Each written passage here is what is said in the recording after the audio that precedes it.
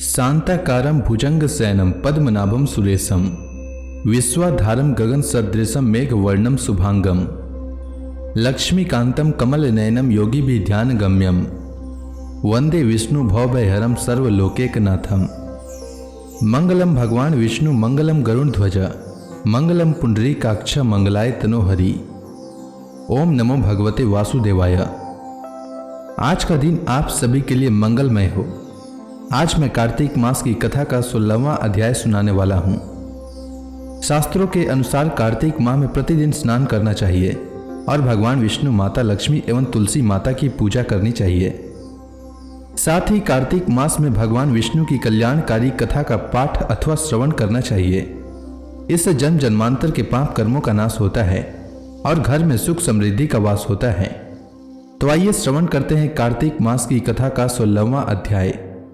सूत जी शौनक आदि ऋषियों को भगवान विष्णु के अवतार की कथा सुनाते हुए कहते हैं, एक समय मैत्रेय जी ने नित्य कर्मों से निवृत्त हुए मुनिवर पराशर जी को प्रणाम कर उनसे कहा, भगवान, यदु कुल में जो भगवान विष्णु का अंशावतार हुआ था उसे मैं विस्तार पूर्वक सुनना चाहता हूं। हे मुने, भगवान पुरुषोत्तम ने अपने अंशांश से पृथ्वी पर अवतीर्ण होकर जो जो कर्म किए थे उन सब का आप मुझसे वर्णन कीजिए। श्री पराशर जी बोले, हे मैत्रेय, तुमने मुझसे जो पूछा है वह संसार में परम कल्याणकारी भगवान विष्णु के अंशावतार का चरित्र सुनो। हे महामुने, पूर्व काल में देवक की महाभाग्यशालिनी पुत्री देवी स्वरूपा देवकी के साथ वासुदेव जी ने विवाह किया। वासुदेव और देवकी के वैवाहिक संबंध होने के अनंतर भोजनंदन कंस सारथी बनकर उन दोनों का मांगलिक रथ हाँकने लगा। उसी समय मेघ के समान गंभीर घोष करती हुई आकाशवाणी कंस को उच्च स्वर से संबोधन करके यों बोली, यामे ताम वहसे मूढ़ा सभ्रातरा रथे स्थिताम अस्यास्त वाष्टमो गर्भ प्राणा फरिष्यति। अर्थात, अरे मूढ़, पति के साथ रथ पर बैठी हुई जिस देवकी को तू लिए जा रहा है इसका 8वां गर्भ तेरे प्राण हर लेगा। श्री पराशर जी बोले, यह सुनते ही महाबली कंस खड़ग निकालकर देवकी को मारने के लिए उद्यत हुआ। तब वासुदेव जी यों कहने लगे, हे महाभाग, हे अनग, आप देवकी का वध न करें। मैं इसके गर्भ से उत्पन्न हुए सभी बालक आपको सौंप दूंगा। श्री पराशर जी बोले, हे द्विजोत्तम, तब सत्य के गौरव से कंस ने वासुदेव जी से बहुत अच्छा कर देवकी का वध नहीं किया। इसी समय अत्यंत भार से पीड़ित होकर पृथ्वी सुमेरु पर्वत पर देवताओं के दल में गई। वहां उसने ब्रह्मा जी के सहित समस्त देवताओं को प्रणाम करके खेद पूर्वक करुण स्वर से बोलती हुई अपना सारा वृतांत कहा। पृथ्वी बोली, जिस प्रकार अग्नि सुवर्ण का तथा सूर्य किरण समूह का परम गुरु है, उसी प्रकार संपूर्ण लोकों के गुरु श्री नारायण मेरे गुरु हैं। वे प्रजापतियों के पति और पूर्वजों के पूर्वज ब्रह्मा जी हैं तथा वे ही कला काष्ठा निमेष स्वरूप अव्यक्त मूर्तिमान काल हैं। हे देव श्रेष्ठ गण, आप सब लोगों का समूह भी उन्हीं का अंश स्वरूप है। आदित्य, मरुदगण, साध्यगण, रुद्र, वसु, अग्नि, पितृगण और अत्रि आदि प्रजापतिगण, ये सब अप्रेम्य महात्मा विष्णु के ही रूप हैं। यक्ष, राक्षस, दैत्य, पिशाच, सर्प, दानव, गंधर्व और अप्सरा आदि भी महात्मा विष्णु के ही रूप हैं। ग्रह, नक्षत्र तथा तारा गणों से चित्रित आकाश, अग्नि, जल, वायु, मय और इंद्रियों के संपूर्ण विषय, यह सारा जगत विष्णुमय ही है। तथापि उन अनेक रूपधारी विष्णु के ये रूप समुद्र की तरंगों के समान रात दिन एक दूसरे के बाध्य बाधक होते रहते हैं। इस समय काल नेमी आदि दैत्यगण मृत्यु लोक पर अधिकार जमाकर अहरनिश जनता को कलेशित कर रहे हैं। जिस काल नेमी को सामर्थ्यवान भगवान विष्णु ने मारा था, इस समय वही उग्रसेन का पुत्र महान असुर कंस के रूप में उत्पन्न हुआ है। अरिष्ट, धेनुक, केसी, प्रलंब, नरक, सुंड, बाली का पुत्र अति भयंकर बामासुर तथा और भी जो महाबलवान दुरात्मा राक्षस राजाओं के घर में उत्पन्न हो गए हैं, उनकी मैं गणना नहीं कर सकती। हे देव मूर्तिधारी देवगण, इस समय मेरे ऊपर महाबलवान और गर्वीले दैत्य राजाओं की अनेक अक्षोहिणी सेनाएं हैं। हे अमरेश्वरों, मैं आप लोगों को यह बतलाए देती हूँ कि अब मैं उनके अत्यंत भार से पीड़ित होकर अपने को धारण करने में सर्वथा असमर्थ हूँ। अतः हे महाभागगण, आप लोग मेरे भार उतारने का अब कोई ऐसा उपाय कीजिए जिससे मैं अत्यंत व्याकुल होकर रसातलों को न चली जाऊं। पृथ्वी के इस वाक्यों को सुनकर उसके भार उतारने के विषय में समस्त देवताओं की प्रेरणा से भगवान ब्रह्मा जी ने कहना आरंभ किया। ब्रह्मा जी बोले, हे देवगण, पृथ्वी ने जो कुछ कहा है वह सर्वथा सत्य है। वास्तव में मैं, शंकर और आप सब लोग नारायण स्वरूप ही हैं। उनकी जो जो विभूतियां हैं उनकी परस्पर न्यूनता और अधिकता ही बाध्य और बाधक रूप से रहा करती है। इसलिए आओ अब हम लोग क्षीर सागर के पवित्र तट पर चलें। वहां श्रीहरि की आराधना कर यह संपूर्ण वृतांत उनसे निवेदन कर दें। वे विश्व रूप सर्वात्मा सर्वथा संसार के हित के लिए ही अपने शुद्ध सत्वांश से अवतीर्ण होकर पृथ्वी में धर्म की स्थापना करते हैं।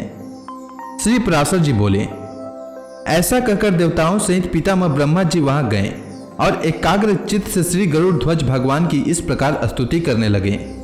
ब्रह्मा जी बोले, हे वेदवाणी के अगोचर प्रभु, परा और अपरा ये दोनों विद्याएं आप ही हैं। हे नाथ, वे दोनों आप ही के मूरत और अमूरत रूप हैं। हे अत्यंत सूक्ष्म, हे विराट स्वरूप, हे सर्व, हे सर्वज्ञ, शब्द ब्रह्म और पर ब्रह्म, ये दोनों आप ब्रह्ममय के ही रूप हैं। आप ही ऋग्वेद, यजुर्वेद, सामवेद और अथर्ववेद हैं तथा आप ही शिक्षा, कल्प, निरुक्त, छंद और ज्योतिष शास्त्र हैं। हे प्रभु, इतिहास, पुराण, व्याकरण, मीमांसा, न्याय और धर्म शास्त्र ये सब भी आप ही हैं।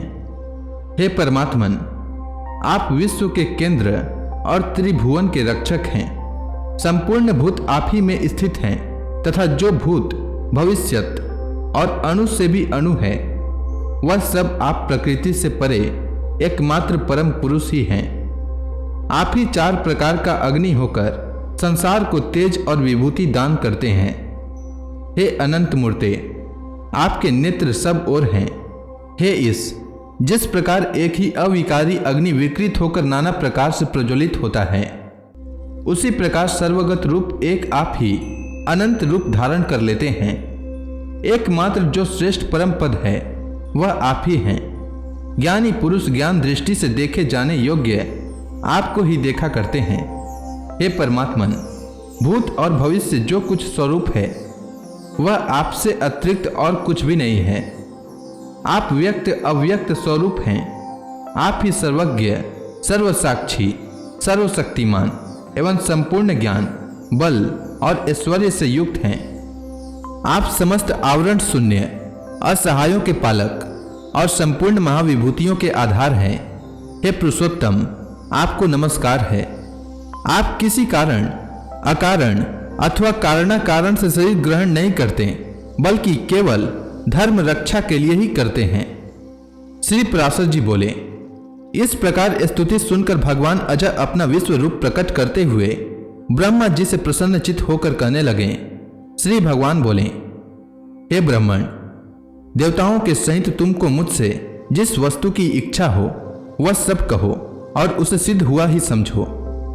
श्री पराशर जी बोले, तब श्री हरि के उस दिव्य विश्व रूप को देखकर समस्त देवताओं के भय से विनीत हो जाने पर ब्रह्मा जी पुनः स्तुति करने लगे।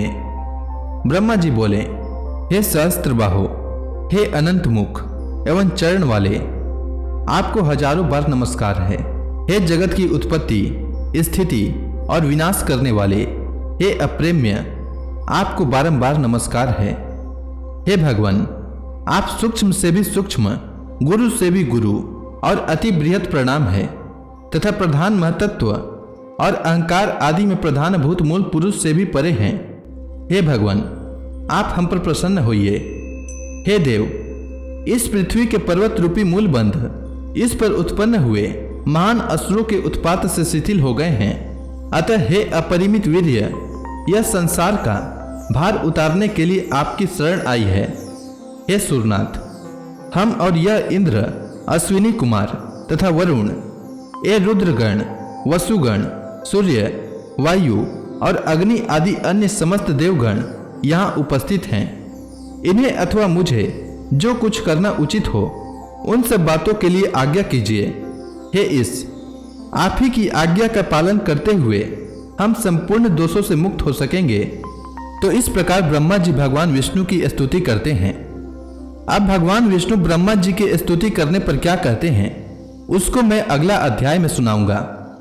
तो इसी के साथ कार्तिक मास की कथा का 16वां अध्याय पूर्ण हुआ। अब आगे की कथा मैं कल लेकर आऊंगा। तब तक के लिए भगवान विष्णु का नाम लेते रहें। तो प्रेम से बोलिए भगवान विष्णु की जय, माता लक्ष्मी की जय, तुलसी माता की जय, श्री कृष्ण भगवान की जय, समस्त देवी देवताओं की जय।